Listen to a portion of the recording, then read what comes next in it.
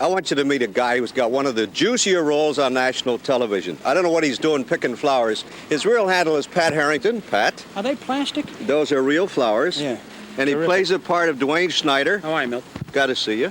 Milton Metz. I love that name. It's like a double talk name. That's my real name. I had lunch this afternoon with Milton Metz. Who? That's what most people say. It's who? Do they? You? How about you? You play parts. So Pat Harrington now is known as Dwayne Schneider. Yeah. One day at a time. The Schneid. Yeah, I like that.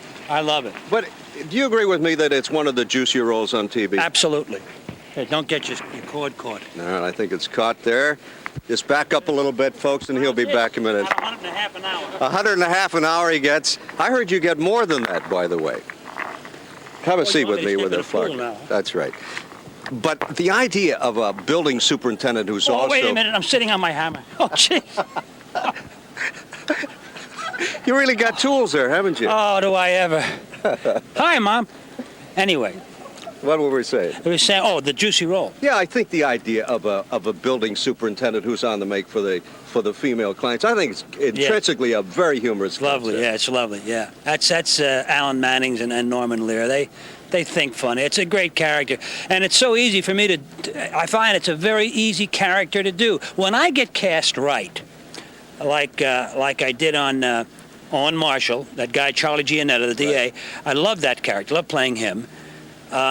And this character, Schneider, I love playing him. When I get cast right, I find the work is awfully easy, and I can contribute a lot more to it. But, you know, the thing about your character as Dwayne Schneider is that you're not a menace. You're kind of a harmless kind of a guy. Right. I think that had to be the way it started out. The guy was really on the make, and originally they had him with a wife, and I don't think Middle America is going to stand for a guy with a wife downstairs trying to commit adultery upstairs. I mean, although Norman read in the papers about a guy, a superintendent in a 4-story building that got 8 women pregnant.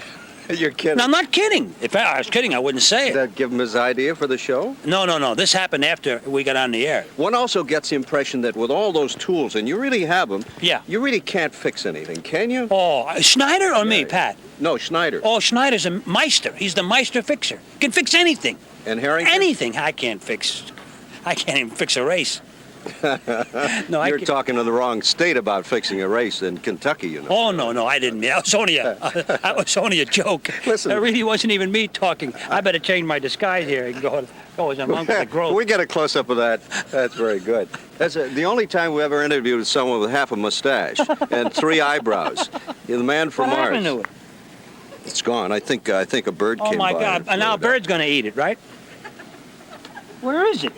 It doesn't matter. Oh, do you believe 2 grown men looking for half a mustache? I mean, things are pretty bad when it gets down to that, right? I remember you from way back. I remember when you used to appear on You the do Tonight not. I Show, called yes. you a couple of times. You said you don't even know me. So don't give me that. I remember you from way back. I just can't remember whether your Remember name the guy was... who used to play the music for Gleason? What was the guy? The guy that did the band. Oh, with the fancy jackets and everything. Yeah, what was his name? He was bald and he wore glasses. I want to give you an imitation. Let me have your glasses. Remember the guy? Get this way. Dolly in on this guy, all right? There's a guy that's bald and he's wearing glasses, okay? Huh?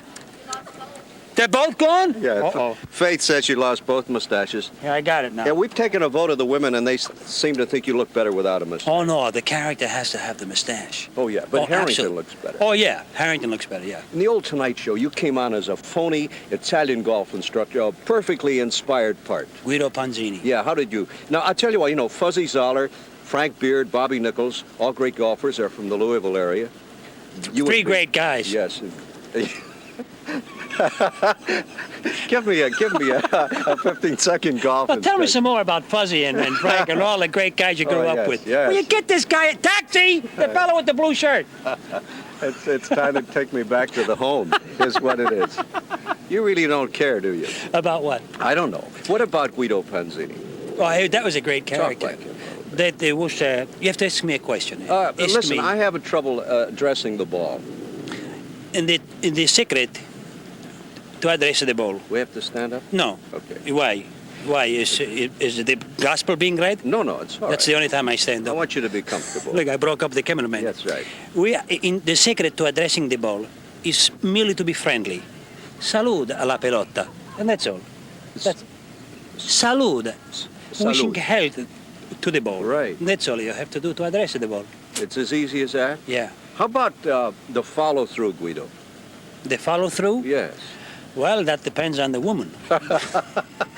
The backswing, you have anything on the backswing? No, the back swing, the shorter the better. I myself I can swing the driver in a phone booth.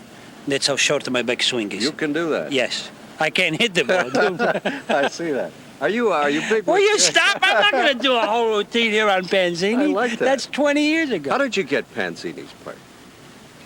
Well, I always had a good ear, and an Italian accent I had really. So all I did was I just kind of gave it a name, and I gave it a thrust, a point of view, gave my accent a point of view and a name, and Panzini was the result. Steve Allen, in his book on comedy, said that, for a generalization, the best comedians in America were Irish and Jewish, or are Irish and Jewish, that they're, as far as a generalization goes. You're Irish, you come from a great theatrical heritage. Your dad, Pat Harrington, a wonderful name for show business, isn't it? Yeah. He was a song and dance man? He was a Broadway actor, a New York cafe entertainer, and a song and dance man, you could say. He also, when Dad first started, he was a pit drummer, musician, pit drummer for Willie Weston McGuinney. Oh, yes. Remember Willie Weston? The plasterers. You're right, the painters, right. And they did those funny things with 48 cues a minute. Boom, boom, bang. Very good. Do you do anything? You think this is a good live interview? I mean, is this interesting? No, we're just practicing. Later on, they put film in it, and then we do it right. I don't sing. You used to sell television time for a network and for a station, didn't you? NBC. I was a salesman for NBC, and I sold for Channel 5 in New York City. Did you like that work?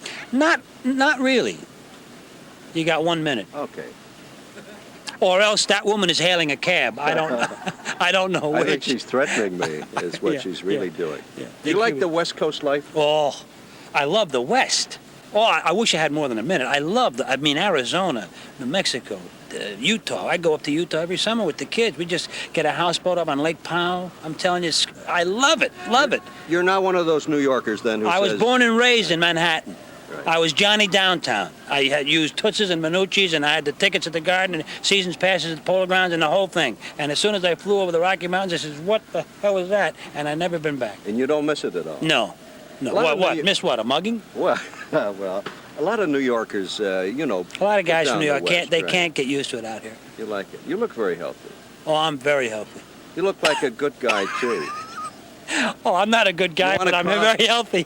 You want to I say you're a good guy and you cough into the mic? No, you said I look very healthy. I was going to do a very funny joke. Go ahead, cough, quick. We have a minute? No, I don't have a funny joke.